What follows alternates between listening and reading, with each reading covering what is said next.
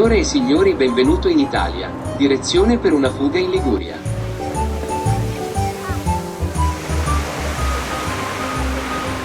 La Liguria est une région d'Italie située dans le nord-ouest de la péninsule, entre mer et montagne. Avec ses collines verdoyantes, elle dévoile des villages perchés médiévaux et offre des étapes spectaculaires de villages de pêcheurs. De San Fruttuoso à Lerici, en traversant le parc national des Cinq Terres classé au patrimoine mondial de l'UNESCO. Un voyage bucolique et dépaysant, rivalisant de charme au pays du limoncino qui dégage son parfum italien. C'est une petite baie qui constitue un lieu vraiment magique. Elle est complètement cachée, accessible uniquement par bateau ou à pied.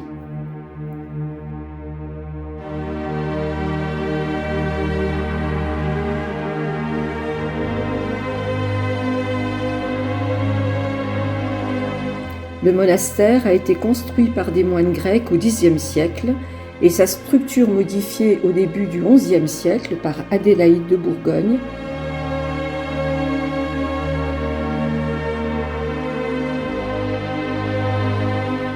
Le complexe de l'abbaye comprend le cloître, une église, réplique de la statue du Christ des Abysses, une tour côtière.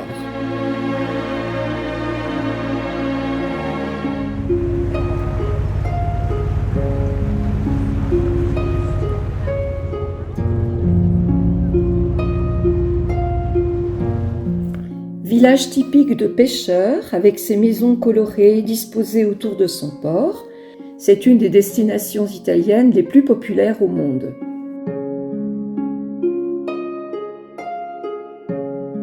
Portofino abrite un musée de sculpture en plein air, situé sur une colline juste en face.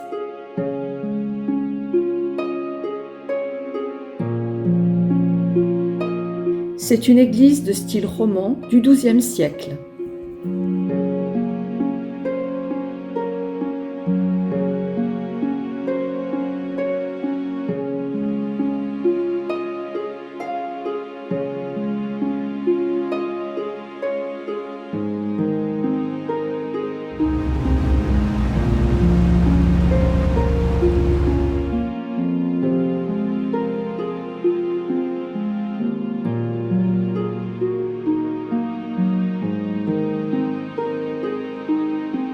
La station balnéaire est une ville côtière animée et charmante, située dans une baie protégée.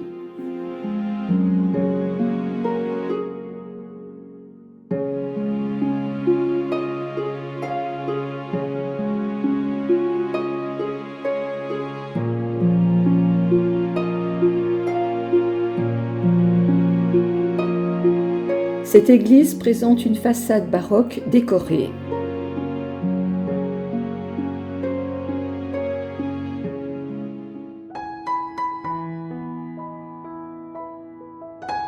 Les maisons colorées qui escaladent la montagne sont typiques de l'architecture ligurienne, avec les rues étroites serpentant entre ces structures. Le front de mer offre une vue imprenable sur le golfe de Gênes. La porte de Salines est un vestige des anciennes fortifications de la ville, de style baroque, qui concerne le haut. Notre-Dame de Montalegro est la patronne de la ville.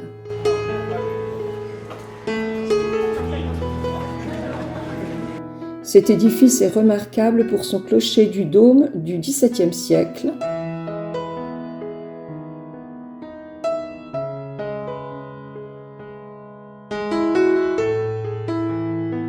Ce bâtiment circulaire du XXe siècle est soutenu par 12 colonnes au dôme très décoré, peints par des artistes de l'époque.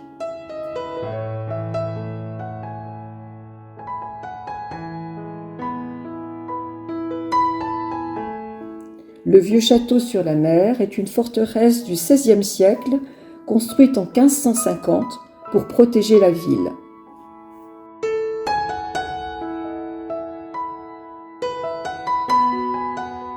Voici le symbole de l'émigration des habitants vers l'Amérique, direction que nous indique Christophe Colomb.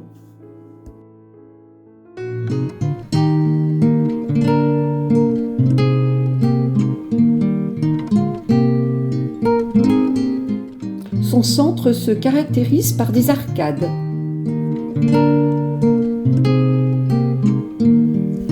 Le palais a été construit en 1886 dans un style toscane gothique.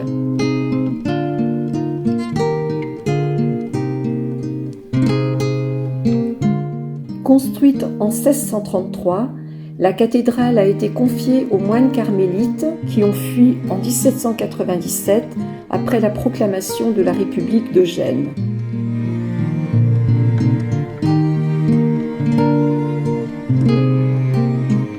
C'est un important carrefour dominé d'un côté par les jardins de la Villa Rocca. Elle est connue comme la ville des deux mers, car située sur un petit promontoire qui surplombe deux baies.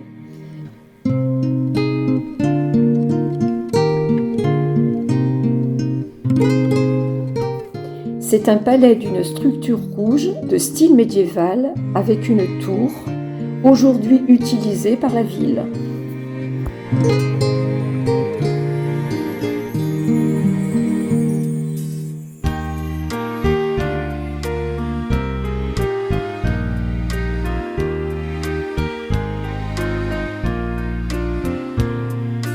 La façade date de 1840 et a été construite dans un style néoclassique.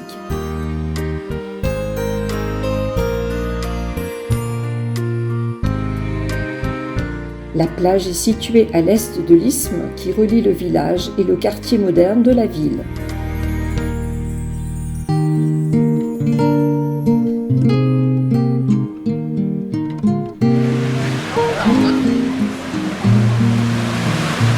Le village est divisé en deux parties distinctes. C'est le seul village qui possède une grande plage à l'ouest pour la partie plus moderne, tandis que la vieille ville à l'est est accessible par un tunnel.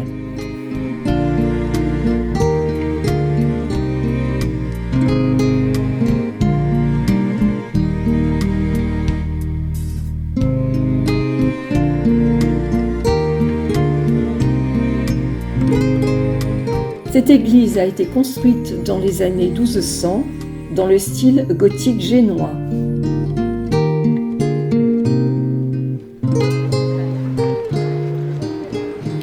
Souvent classé parmi les beaux sites d'Italie, le vieux village est typique.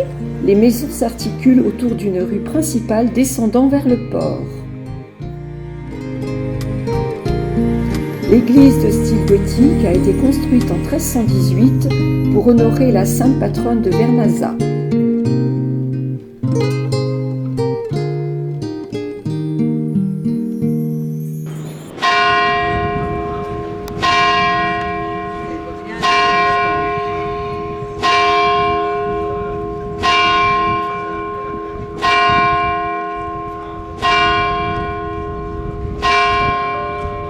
Ce joli village perché sur une falaise est l'un des plus touristiques. Et pour cause, avec des maisons colorées, il représente à lui seul un contraste magnifique entre l'homme et la nature.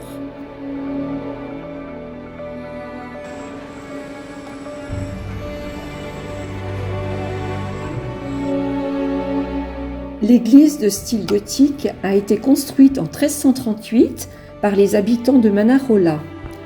On notera que le clocher est détaché de la structure principale. Il avait historiquement des fonctions d'observation défensive.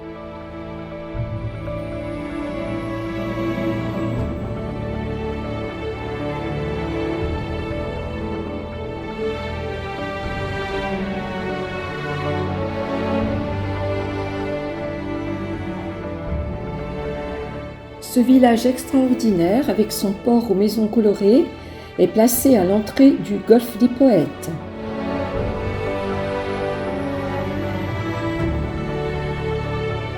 Voici une succession de maisons-tours anciennes, de couleur pastel, construites le long de la mer.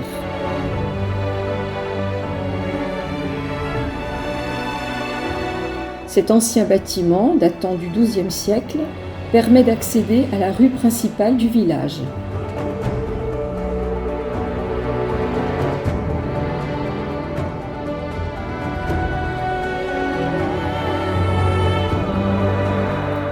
L'église est perchée au sommet qui se trouve au bout du promontoire, à l'entrée du golfe des Poètes.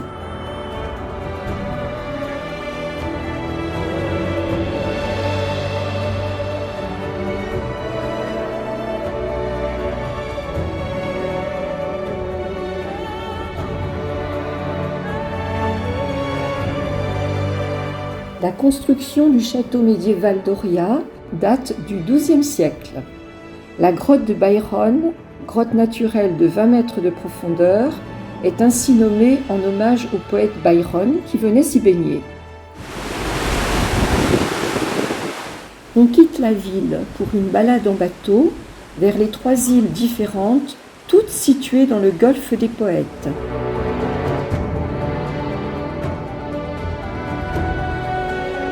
Palmaria est une réserve marine. Tino est une zone militaire où se trouvent les ruines du monastère de San Venerio. Non loin de Tino se trouve l'îlot de Tineto avec les vestiges d'une église du 5e siècle. Devant le Tino émerge de l'eau une Madone, les mains croisées, regardant vers le large.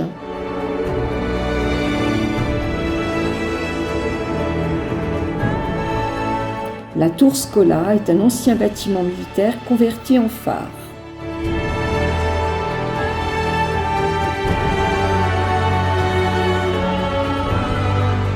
Les ruelles très étroites de ce village descendent de la colline jusqu'au front de mer.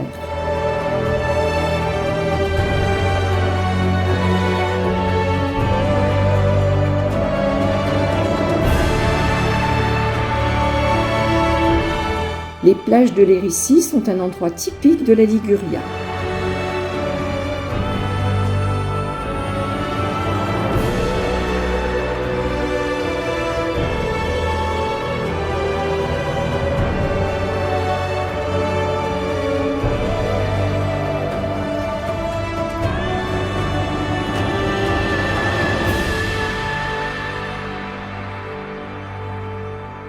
Treno regionale 12225 di Trenitalia.